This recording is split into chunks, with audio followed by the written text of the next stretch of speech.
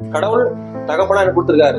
அந்த கடவுள் ஆர்டர் கொடுத்த இந்த தகப்பனுக்காக நன்றி சொல்லணும் நாங்க ஃபர்ஸ்ட் வீட்டார். அதுக்கப்புறமா நாங்க அப்படியும் ஒரு ஒரு உறவு இழந்திருக்கோம். ஒரு தகப்பனார் சின்ன வயசுல இருந்தே கூட பார்த்து வளர்ந்தவங்க, எங்களை தவறான வழியில போகும்பொழுது கண்டிச்சவங்க. நல்ல ஞாபகம் இருக்கு. சீட் ஆடுற இடத்துக்கு போகும்பொழுது இல்ல கெட்ட சவகாசம் வச்சிருக்கும் பொழுது நல்லா கண்டிச்சு அடிச்சு ஒரு ஒழுங்குல கொண்டு வந்தவங்க. அதான் அவங்க பொறுப்பு. பிள்ளைகள் கத்தரால் வரும் சுதந்திரம். பிள்ளைகளை கத்தர் நம்மள கொடுக்குறாருன்னா அந்த பிள்ளைகளை கத்தருக்கேற்ற சிச்சையில வளர்க்கணும். ஆனா கத்தரை அந்த வயசுல எங்க அப்பாவுக்கு கத்தரை அறியல. ஆனாலும் கெட்ட வழியில போகக்கூடாது அப்படின்றத தெரிஞ்சுக்கிட்டு என்ன பண்ணாங்கன்னா, சீட்டாட போனாவோ இல்லைன்னா கோயில் திருவிழாவோ நான் இந்த கட்டணத்துல காசு வைப்போம். அப்படி வைக்கும் பொழுது அடி வந்துருக்கு. அதெல்லாம் நல்லா ஞாபகம் இருக்கு. அப்படிப்பட்ட அநேக சிக்ஷைகளை எனக்கு கொடுத்ததுனால நான் நிறைய கெட்ட சவகாசம் குடிக்கிறவங்க கூட சேராத படிக்கும், நிறைய கெட்ட பழக்கத்துல நான் சேராத படிக்க ஒரு ஒழுங்கை கொண்டு வந்தாங்க. ஆகவே இப்படிப்பட்ட தகப்பனை கொடுத்ததுக்காக நம்ம ஆண்டர் நன்றி சொல்றேன். நீங்களும் இந்த இறந்து ஒரு வருஷம் ஆச்சு சேர்ந்து நீங்க எங்களுக்காக ஜோம் பண்ணும்போது அவங்கள மறந்து கொஞ்சம் ஆறுதலாக தைரியமாக இன்னும் வரப்போகிற நாட்கள் நாங்கள் இன்னும் தைரியமா செயல்படணும். என்னதான் இருந்தாலும் உள்ளுக்குள்ள எனக்கு கஷ்ட கவலை தான் செய்யும். வெளியில தெரியாது, ஆனா எப்படியும் நடக்கும், இந்த மாதிரி ஆகணும் எங்களுக்கு தெரியாது. ஆனா வெளியில நிறைய யோசிக்கலாம் நினைக்கலாம், ஆனா எங்களுக்கு தெரியாது அப்படிலாம் ஆகுன்ற எங்களுக்கு தெரியாது. அப்படிப்பட்ட இழப்பு எங்களுக்கு தான் பெரிய பாதிப்பு. ஏன்னா சின்னதுல இருந்து கூட பார்த்து வந்ததுனால இப்ப கூட ஊர்ல இருந்து வந்தோம் அப்படின்னா பஸ்ல வரும்போதே ஒரு கவலை வந்துடும். ஊருக்கு வந்தோம் அப்படின்னா எங்க அப்பா அங்க பஸ் ஸ்டாண்ட் வந்துருவாங்க, கூப்பிட்டு வருவாங்க. அப்படியே இந்த ஊர்ல இருந்த பாதி ஆசையை இழந்த மாதிரி ஒரு காரியம். எப்படி இருக்கீங்க? நல்லா இருக்கீங்களா? சாப்பிட்டீங்களா? என்ன பண்ணீங்க? நான்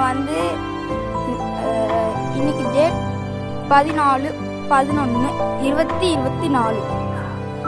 நேற்று எங்கள் தாத்தா போன வருஷம் இறந்து போயிட்டாங்க. அதனால நான் கண்ணாடி விலைக்கு வந்திருக்கேன். தூத்துக்குடிக்குள்ள கண்ணாடி விலை இருக்குது, அங்கே வந்திருக்கேன். இப்போ அதுதான் இந்த இடம். நான் வேணால் கொஞ்ச நேரம் சுற்றி காட்டுறேன். அப்புறம் இன்னைக்கு நைட்டு நாங்கள் கிளம்புறோம்.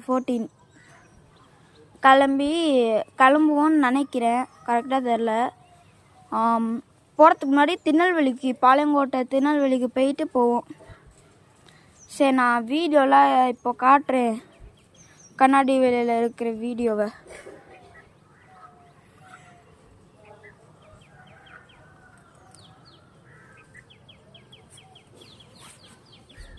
இருங்க,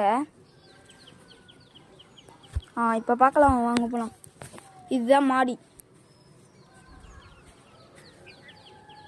இந்தோ அதிலிருந்து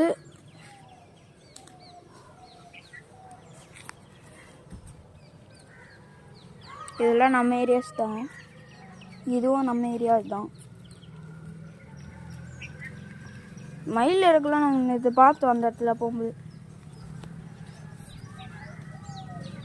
இது கார்டனு.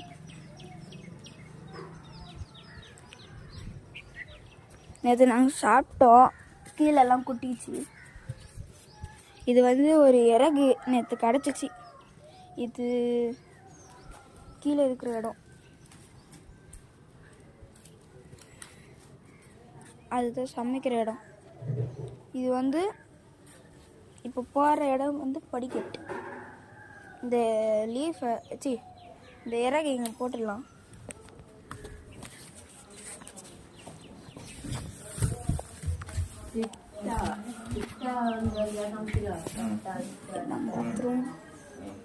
பார்த்தீங்களா, இதுக்குள்ள மீன் இருக்கு. நான் அப்புறமா காட்டுறேன். இந்த ஆண்டி இருக்கிறதுனால இது வீடு. டிவி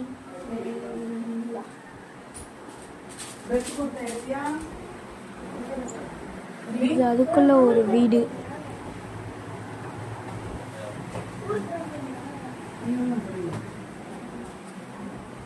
அது நம்ம கிச்சனுக்கு போகலாம்.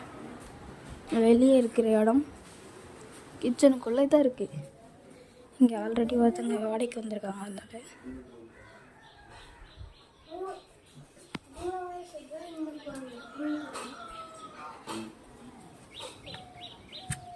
இது வெளியே